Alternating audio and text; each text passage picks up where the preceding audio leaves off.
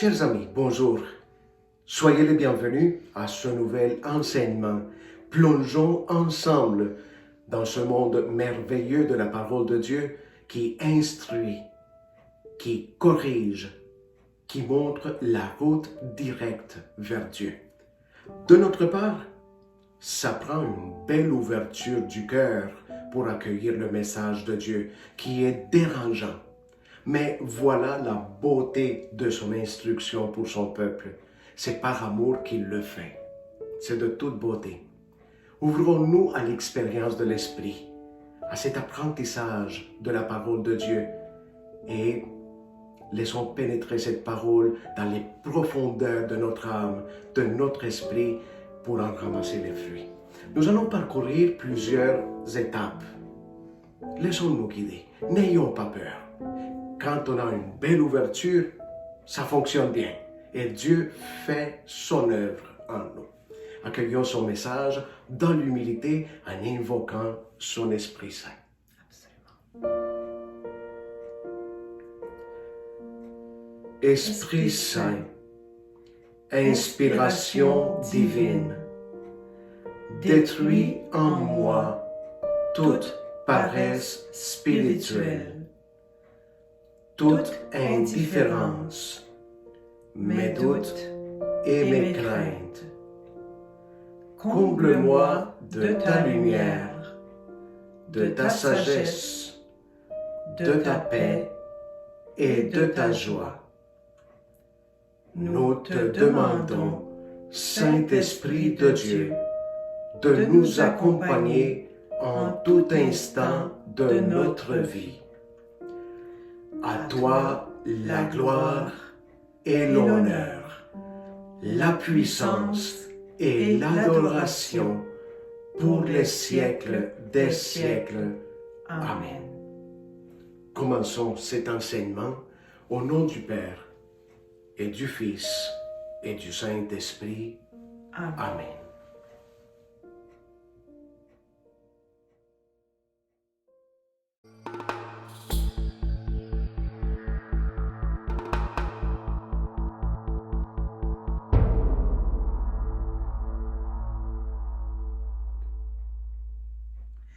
Bonjour à chacun et chacune d'entre vous. Le sujet de notre entretien sera l'idolâtrie. Nous sommes dans une période de changement. L'actualité nous en donne des preuves chaque jour et c'est le moment de se demander ce qui apporte de la lumière dans nos vies. Vatican II nous incite à lire les signes des temps. Un des signes des temps est la globalisation, la mondialisation. Nous sommes liés comme des maillons d'une chaîne. Cette guerre invisible nous en fait prendre conscience plus que jamais. Nous partageons une maison commune, la Terre. Hier n'est pas comme aujourd'hui et aujourd'hui ne sera pas comme demain. Tout change et tout est nouveau chaque jour. Remettons-nous en question. Renseignons-nous. Essayons de voir clairement quel est le bon chemin. Pour voir où nous allons, il faut en quelque sorte voir du sommet de la montagne. Du sommet, nous voyons tout. Nous voyons le chemin. Pourquoi venir? Comment y aller? Il nous est demandé aujourd'hui une vision globale de l'histoire du monde, sans laquelle nous ne savons pas notre chemin.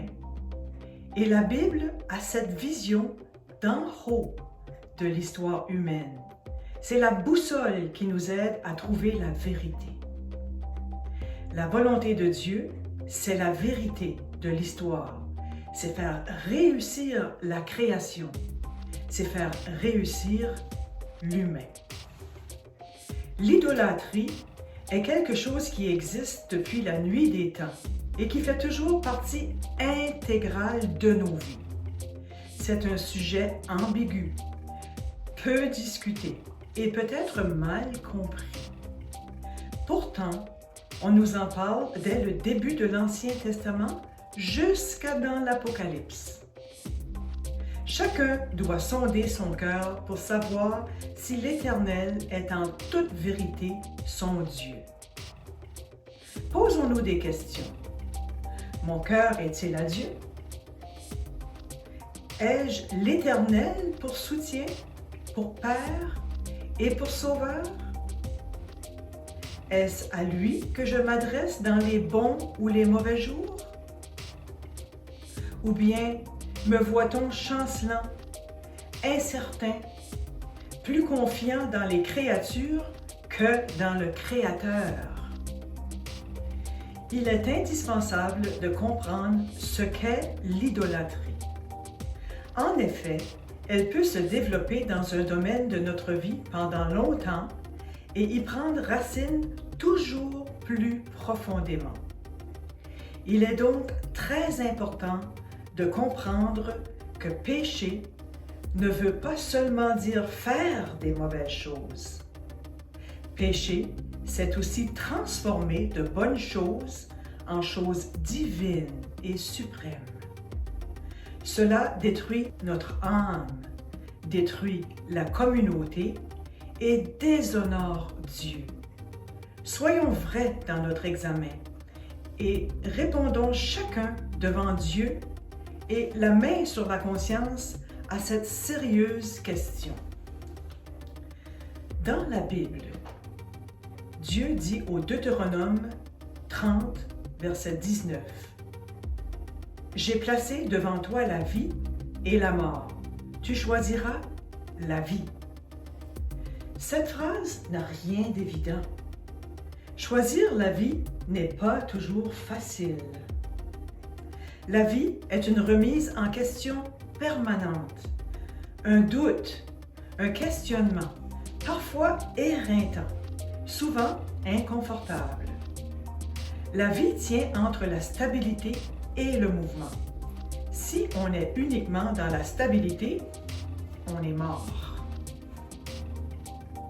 J'aimerais que la pensée religieuse soit à l'image de la vie.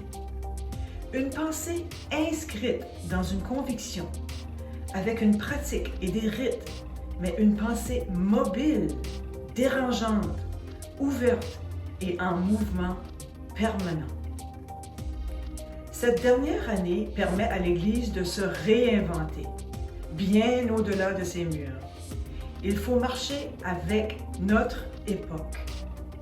Quelle chance nous avons de pouvoir participer à des enseignements profonds dans le confort de nos maisons, à l'heure choisie, dans un endroit calme et confortable, sans distraction, avec nos Bibles, un outil essentiel pour la recherche. Et le summum, la chance de pouvoir réécouter. Alors, profitez de cette grâce du ciel, car aujourd'hui, l'Éternel nous donne un cœur pour comprendre et des yeux pour voir et des oreilles pour entendre. C'est tellement important d'étudier, de réfléchir pour pouvoir enfin agir. Les philosophes n'ont fait jusqu'à maintenant d'interpréter le monde. Il s'agit plutôt de le transformer. De la réflexion à l'action, de la théorie à la pratique. Pour être vivante, toute parole de Dieu doit être revisitée et expliquée. Nous avons la grande chance d'avoir un prêtre audacieux qui va nous aider à creuser un sujet presque tabou qui existe depuis le début des temps, l'idolâtrie. Cet enseignement est le fruit de beaucoup de prières. Il nous fera réfléchir, il nous guidera, il sera la lumière sur notre chemin. Ensemble, renouvelons notre cénacle intérieur. Autant nous renoncerons à ce qui est nôtre, autant Dieu nous offrira ce qui est sien.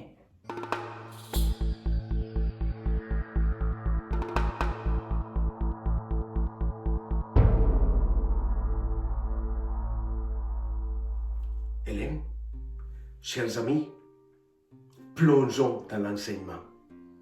Et commençons par connaître une réalité. Nous devons savoir et connaître la différence qui existe entre deux mots, qui sont deux colonnes pour cet enseignement d'aujourd'hui. Le premier mot, image. Le deuxième mot, idole. Il y a une différence, c'est sûr et certain. Si image et idole étaient la même chose, donc le monde entier serait rempli à éclater d'idoles partout. Ça serait grave, mais non, il y a une différence. Si c'était comme ça, nous serions tous et toutes des idolâtres. Péché d'idolâtrie. En tant que catholiques, nous savons que nous avons beaucoup d'images. Nous avons beaucoup de statues. On va donner quelques exemples. La statue ou l'image de la Vierge Marie. Saint Joseph. Saint Joseph, par exemple. Sainte Thérèse de l'Enfant Jésus. Saint André, notre frère canadien. Frère André. Saint frère André. Que nous aimons tant. La statue de l'archange Michel. Pour implorer la protection. L'image de Sainte Anne, par exemple. Oui, elle est très respectée, très vénérée par les catholiques. Et il y a beaucoup d'autres images.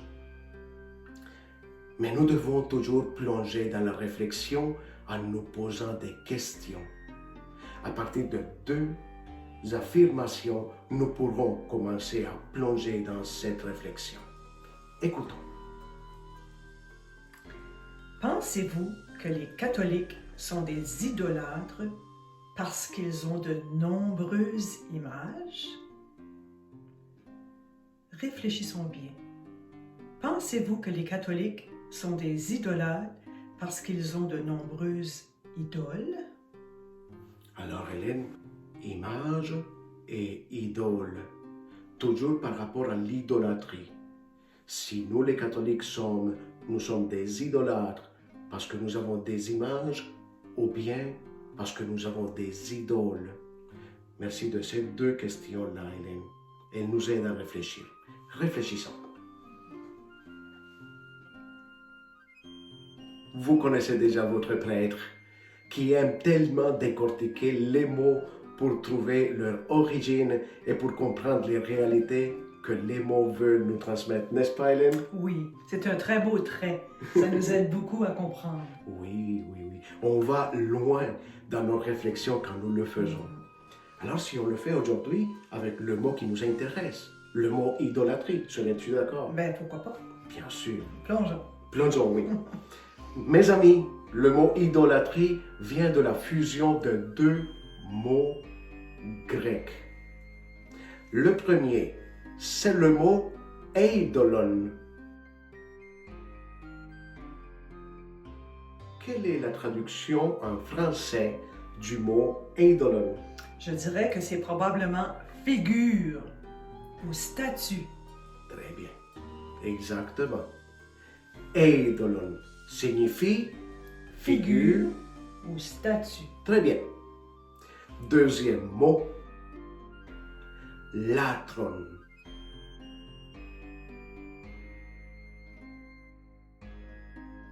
Latron signifie Adoration. adoration. Prenons les deux mots ensemble. On les mélange et on a le résultat eidolon, latron. De là le mot idolâtrie, ce qui signifie en conclusion l'adoration des statues Ou des images. ou des images. Adoration des statues ou des images. C'est grave, Très grave. très grave. Et on va le découvrir de plus en plus dans notre enseignement. Attention, attention. Si la Bible interdisait les images, les statues, le péché en question ne recevrait pas le nom d'idolâtrie. Il s'appellerait péché d'imagelatrie ou de statulatrie. Je me permets d'inventer ces deux mots pour pouvoir vous aider à comprendre, à mieux comprendre l'enseignement. Il s'appellerait péché d'imagelatrie ou de statulatrie au lieu d'idolâtrie.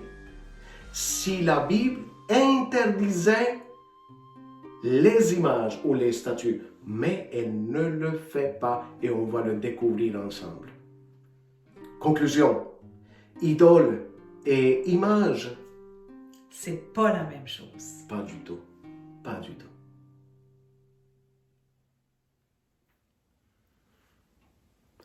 Serais-tu d'accord, Hélène, qu'on plonge dans la Bible même?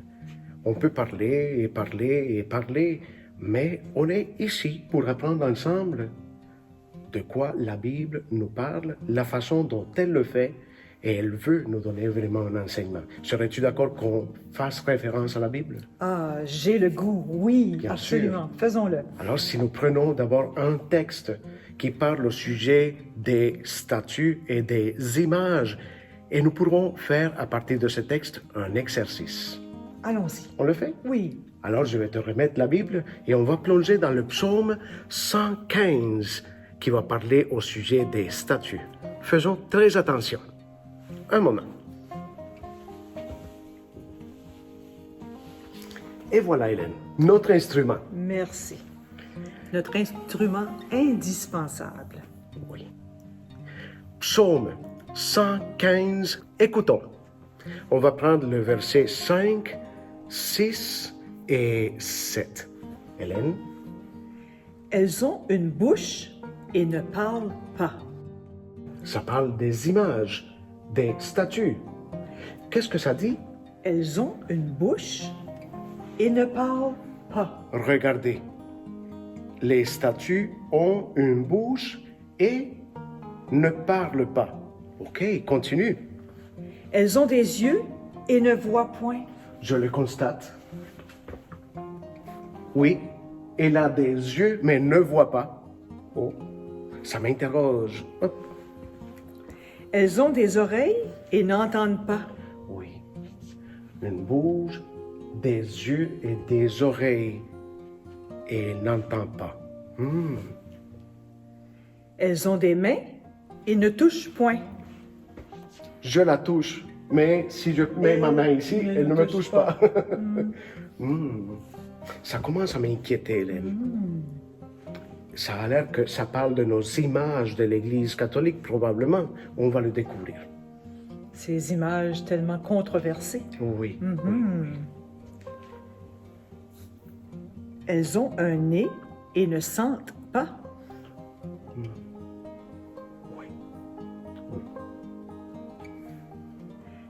Elles ont des pieds et ne marchent point. Voilà. Voilà. Tout applique pour notre statue de la Vierge Marie. Et leur gorge n'émet aucun son. Hélène, je me pose des questions. Est-ce que le texte du psaume 115 parle au sujet de nos statues et de nos images dans l'Église catholique, de n'importe quelle église où nous rentrons? On va le découvrir, parce qu'il doit y avoir quelque chose. Si l'Église nous permet d'avoir des statues, c'est parce que c'est permis, c'est parce que c'est valide. Il y a certainement une raison. Alors, découvrons-la. Hélène, chers amis, ne vous inquiétez pas.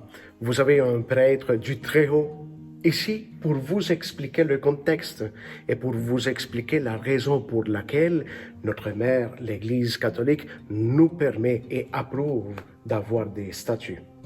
Alors, n'ayez pas peur, il y a un prêtre pour vous l'expliquer.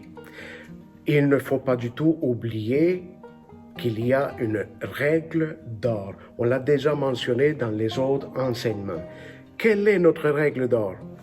Un texte sans contexte, c'est un prétexte. Voilà la règle d'or.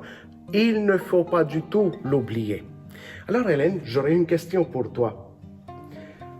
D'après toi et ta logique, on parle de l'Ancien Testament. des siècles et des siècles et des siècles, au moment où l'écrivain s'est assis pour écrire le psaume 115. D'après toi et ta logique, au moment d'écrire le psaume 115, est-ce que la statue de la Vierge Marie, du Sacré-Cœur, de Saint-Joseph, de Sainte-Anne, de Sainte-Hélène existait déjà? Absolument pas. Il n'était pas encore inventé. Bien sûr. C'était avant l'histoire de tous ces saints-là. Bien sûr, la description du psaume, on pense que ça fait référence à nos statues, à nos images. Mais la logique nous dit, c'est vrai, à cette époque-là, ces statues-là n'existaient pas. Alors, il ne fait pas référence à nos statues. Il fait référence à des statues, mais lesquelles? On va le découvrir. On est là pour ça. On est là pour ça. Oui, bien sûr. Alors, il y a une différence. Un texte sans contexte, c'est un prétexte, notre règle d'or. On a lu le psaume 115 au verset 5, 6 et 7. Une bouche, des oreilles, des yeux, des mains et des pieds qui ne font rien. Où est-ce qu'on peut trouver le contexte?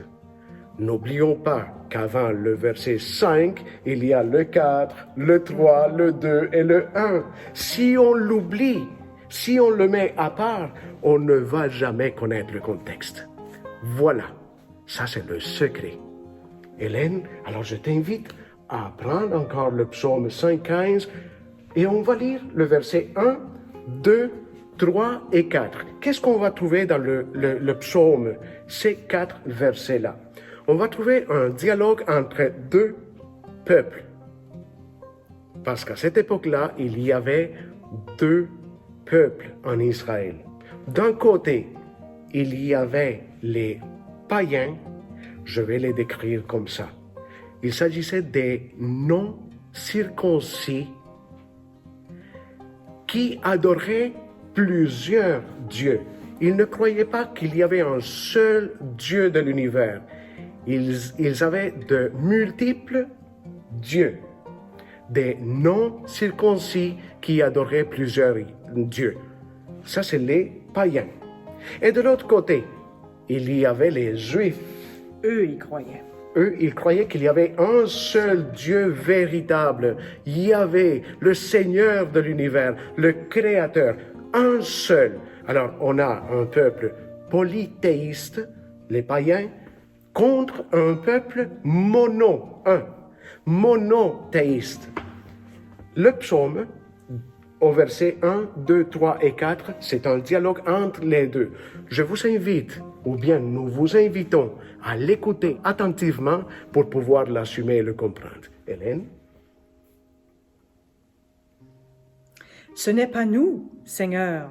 Non, ce n'est pas à nous que revient la gloire, mais à toi, pour ta bonté et ta fidélité. Là, on a ce peuple ici, les Juifs. Ils reconnaissent la gloire de Dieu. C'est pas à nous, Seigneur, qui revient la gloire. C'est-à-dire, je ne suis pas Dieu. Est-ce que tu es Dieu? Non. Non. Ce n'est pas à nous, Seigneur, qui revient la gloire, la louange, l'honneur, l'adoration. C'est à toi, à Dieu, à lui, oui, qui revient la gloire. Pour ta bonté et ta fidélité. Alors, on est placé dans le texte. C'est le peuple juif qui parle. À toi la gloire. Continuons, Hélène, parce que maintenant, les Juifs, les mêmes qui rendent gloire à Dieu, ils vont se poser une question. Devant eux se trouvent les païens. Écoutons la question. À quoi bon les païens demandent-ils? Leur Dieu, que fait-il donc? Les autres, les païens, posent la question aux Juifs. Ils disent qu'ils ont un seul Dieu. On ne le voit pas. Qu'est-ce qu'il fait? Il sert à quoi ce Dieu-là? On ne le voit pas. C'est beaucoup mieux de voir nos dieux. Ils ne le voient pas, mais ils croient. C'est rare, c'est bizarre ça. Alors maintenant, les Juifs vont répondre. C'est un dialogue. juifs et païens. Tu me suis, Hélène? Oui, absolument. Maintenant, écoutons la réponse des juifs à la question des païens. Notre Dieu, il est au ciel. Il réalise tout ce qu'il veut. Ah, voilà. La réponse est très claire. Et pour la réponse, ça prend la foi. Notre Dieu, il n'y a aucun doute. Il se trouve au ciel. Et nous sommes sûrs et certains qu'il fait tout ce qu'il veut. Il est capable de tout. Notre Dieu, à part d'être là, il est le tout-puissant. Nous n'avons pas besoin de le voir parce qu'il est tout puissant. Voilà la réponse des Juifs. Alors, maintenant, les Juifs vont lancer une critique aux païens. Vous le voyez, la logique du psaume. C'est un dialogue entre les païens et les Juifs. Maintenant qu'il assure les Juifs que leur Dieu est au ciel, qu'il mérite tout l'honneur, la gloire, la louange, l'adoration et qu'il fait tout ce qu'il veut, maintenant ils vont prononcer une critique contre les païens. Quelle est la critique? Verset 4, Hélène. Mais leurs idoles d'argent ou d'or ne sont que des produits fabriqués par les hommes. Ah, vide. Notre Dieu se trouve au ciel et il est capable de tout. Il est tout puissant. Mais leurs idoles d'or, d'argent, en bois ou en métal, quoi que ce soit, ils sont comme du coquillage, vide. Qu'est-ce qu'ils font les dieux avec des D en minuscule, vides à l'intérieur, qui ne sont pas capables de rien faire, de rien. Tout simplement, rien. Notre Dieu, oui, il est le tout puissant. Voyez-vous, cette logique du psaume, elle nous aide à comprendre pourquoi qu'au début, dans le verset 5, 6 et 7, Hélène avait lu pour nous qu'ils ont des oreilles et n'entendent pas, une bouche et ils ne peuvent pas parler, des pieds ils ne peuvent pas se déplacer. Parce que leurs idoles, c'était la critique des Juifs, sont vides comme du coquillage. Il n'y a rien à l'intérieur, c'est juste du matériel. Voilà la logique qui nous donne le contexte de ce psaume 115. Si nous prenons seulement le 5, 6 et 7, nous nous disons, chez nous, nous avons une image, une statue de la Vierge Marie. Et elle aussi, je remarque que celle que j'ai chez nous, elle a une bouche et elle ne s'exprime pas, qu'elle a des oreilles, elle n'entend pas, des mains qui ne peuvent pas me toucher. Alors, un texte, encore la règle d'or, on va le dire ensemble, un texte sans contexte, c'est un prétexte. Voilà, ne l'oubliez pas, c'est de haute importance. Les deux peuples, juifs, un seul Dieu, monothéistes, les païens, de nombreux dieux avec D, un D en minuscule, de faux dieux, et ils étaient nombreux. Parfait. Le psaume, le même, le 115, dans le verset 3, nous assure ce que le peuple juif a voulu répondre, que par la foi, absolument, Dieu est capable de tout faire. C'est le contraste. Il est capable de tout, ils ne sont pas capables de rien.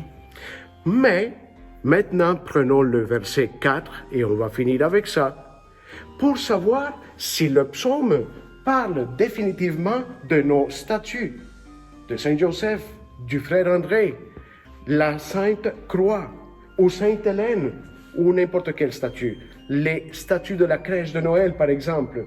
Est-ce qu'il fait référence à ça? Prenons encore le verset 4. Lisons-le pour savoir si le texte mentionne les statues des églises catholiques. Écoutez. Mais leur idole. La statue de la Vierge Marie? Non. leur idole. Ah, la statue de Sainte Anne. Non, non, leur idole. Ah, le verset 4 ne dit pas du tout les statues des églises catholiques, mais les statues Idoles. des idoles. Continue. D'argent ou d'or ne sont que des produits fabriqués par les hommes. Et par les mains des hommes. Par les hommes ou par les mains des hommes, c'est la même chose. Voilà, voilà donc le contexte de ce psaume 115. La grande différence. Une statue ou une image, c'est pas du tout la même chose que les idoles ou des idoles. Des idoles, ce sont de faux dieux. Des dieux écrits avec un D en minuscule. Alors, nous avons ici une belle statue de la Vierge Marie, n'est-ce pas? Absolument, elle est très belle. Est-ce qu'elle remplace Dieu? Pas du tout. Pas du tout. Ça doit toujours être clair pour nous les catholiques. Elle ne remplace pas Dieu. Nous l'aimons, nous la respectons, elle nous fait penser à notre Mère du ciel en la regardant. Oui, bien sûr, nous avons une mère qui est tendre, douce, belle, mais est-ce qu'elle est Dieu? Est-ce qu'elle prend la place de Dieu? Pas du tout. Absolument pas. Alors, que ce soit clair, le psaume 115 ne parle pas au sujet de nos statues, mais des idoles, des païens. Il n'y a aucun doute. Il y a une différence entre statue et idole. Nous allons la voir. Hélène, pourrais-tu nous aider à mieux comprendre la signification d'abord du mot image? Par image, nous pouvons comprendre image ou statue. OK? Alors, image. D'abord, une image. Ben, c'est une représentation de quelque chose ou de quelqu'un qui n'est pas Dieu. Ah, qui n'est pas Dieu? Qui n'est pas Dieu. Une représentation de quelque chose ou de quelqu'un qui n'est pas Dieu. Marie n'est pas Dieu. Ça, c'est une statue, une image. Elle représente une réalité. Alors, ça applique pour image. Oui. C'est pas une idole. Non. C'est la représentation de quelqu'un. Cette statue représente notre Mère du ciel. On est sur la bonne route, je pense que oui. Oui. Pourrais-tu nous donner quelques exemples, s'il te Bien, plaît? certain. On peut prendre une photo. La photo de maman, de Oui. mes cousins. Oui, mon mari. Il y a des Mes images là, enfants, oui. oui. J'avais pas réalisé ça. Si je prends la photo, ça c'est pas mon cousin. L'image que je vois là représente mon cousin qui se trouve en Colombie. C'est la photo de ton cousin. Ah, voilà. Ce n'est pas ton cousin. Voilà. Alors, ça pourrait être aussi le visage d'un personnage sur un billet, comme la reine ou... Dans le billet de $20. Oui. Dans le billet de $20. Oui, beaucoup de gens les regardent. Oui, oui. Tout ce que nous voyons sur l'écran, soit à la télé, au cinéma ou à l'Internet. Ah, ça veut dire que quand nous parlons des images, c'est pas seulement au niveau religieux. Parce que à la télé, je vois aussi les belles émissions au sujet des animaux, la faune, des tigres, des lions, etc., etc. Et on voit des images de ces animaux-là à la télé, sur l'écran. OK. Alors, il n'y a pas de péché là. Il n'y a pas de péché, puis tu n'as pas besoin d'avoir peur de te faire mordre. Bien sûr. Non. Bien sûr. Parce que ce que je vois là, c'est pas la bête comme C'est telle. ça. C'est l'image Et voilà. qui représente cette bête-là qui se trouve, je ne sais pas, où en Afrique. On va dire en Afrique. Possiblement. Que ce soit clair, une statue, c'est une représentation d'une chose Une image. ou de quelqu'un, une image, oui. Le billet vert, les $20, la reine par exemple, c'est pas la reine, c'est une image en dessin qui nous fait penser à elle. OK, c'est clair. Merci Hélène. Mais on ne peut pas laisser les choses comme ça. Si on a décrit image, c'est parce qu'on va décrire idole. On a besoin de le comprendre. C'est là As-tu que la tu m'amènes. signification? Oui, oui, Oh. oui. C'est un petit peu plus compliqué. On va essayer. Oui, oui, oui. Alors, l'idole, je pense que ça serait une représentation d'une divinité sous une forme matérielle ou non matérielle. Mais c'est un objet ou une image que l'on ne peut pas adorer. C'est ça. C'est On ça. ne peut pas l'adorer. C'est pour ça qu'on l'appelle idole. On ne l'appelle pas Dieu. Comme pour nous les monothéistes, nous savons qui est Dieu. C'est super clair pour nous. Mais une idole, un D en minuscule, nous ne pouvons pas l'adorer. OK.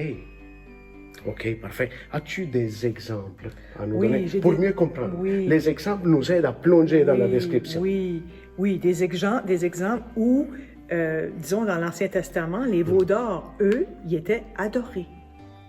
Les païens adoraient les veaux d'or. Oui, quand ils ont demandé, pouvez-vous fabriquer un veau d'or pour nous, pour l'adorer et pour savoir que c'est le Dieu, lui, qui nous a libérés, qui nous a fait sortir d'Égypte. Ils croyaient que le veau d'or avait fait cela, alors ils l'ont rendu divin, une divinité. Ben, voilà le lien avec la description que tu nous as fait. Est-ce qu'il y a d'autres exemples? Ah, Oui. Prenons les tribus, les gros totems, c'est souvent adoré. Oui, parce que c'est pas juste une structure. Un totem, ça fait référence pour eux, pour les tribus, à un aspect divin. Ça nous amène à un état supérieur, divin et sacré. Oui. Il pourrait avoir la déesse Artémise, on l'a connue dans l'Apocalypse. C'était une déesse qui était très adorée. Elle avait un culte extraordinaire. Oui. Oui. Après ça c'était pour les Romains. C'est les Romains qui l'adoraient, vraiment. Dans l'Empire romain, oui. Après ça, on en a parlé aussi dans l'Apocalypse, durant les enseignements, des fameux Césars de l'Empire romain. On voyait des bustes d'eux d'un peu partout, puis il fallait mettre un peu d'encens. Il fallait en signe d'adoration. On les adorait, ces statues-là. C'était tout un culte. Tout un culte. Et je me souviens, Hélène, quand on a enregistré l'autre enseignement sur l'Apocalypse, parlant de Domitien, l'empereur cruel, il y avait une image, tu viens d'expliquer le mot image, il y avait une image sur l'écran qui est encore là, avec Domitien comme ça, et marqué en haut, ça disait Dominus et Deus, Seigneur et Dieu. C'est comme ça que les Césars de l'Empire romain se faisaient appeler et considérer. Dominus, Seigneur et Deus, Seigneur et Dieu. C'était grave. Il déplaçait le seul Dieu véritable pour être considéré et faire que le peuple les considère comme des dieux, mais toujours avec un D en minuscule. Wow. Apparemment que cette photo-là, cette statue-là était placée peut-être à 100 mètres au-dessus des autres statues pour qu'elle soit vue de loin, qu'elle soit vue de la mer, parce que c'était des ports de mer, c'est dans ces villes-là. Énorme. Énorme, pour que tout le monde le voit de loin et se prosterne. C'était vraiment considéré comme des dieux. Et ce n'était pas leur seul Dieu. Lui parmi d'autres dieux.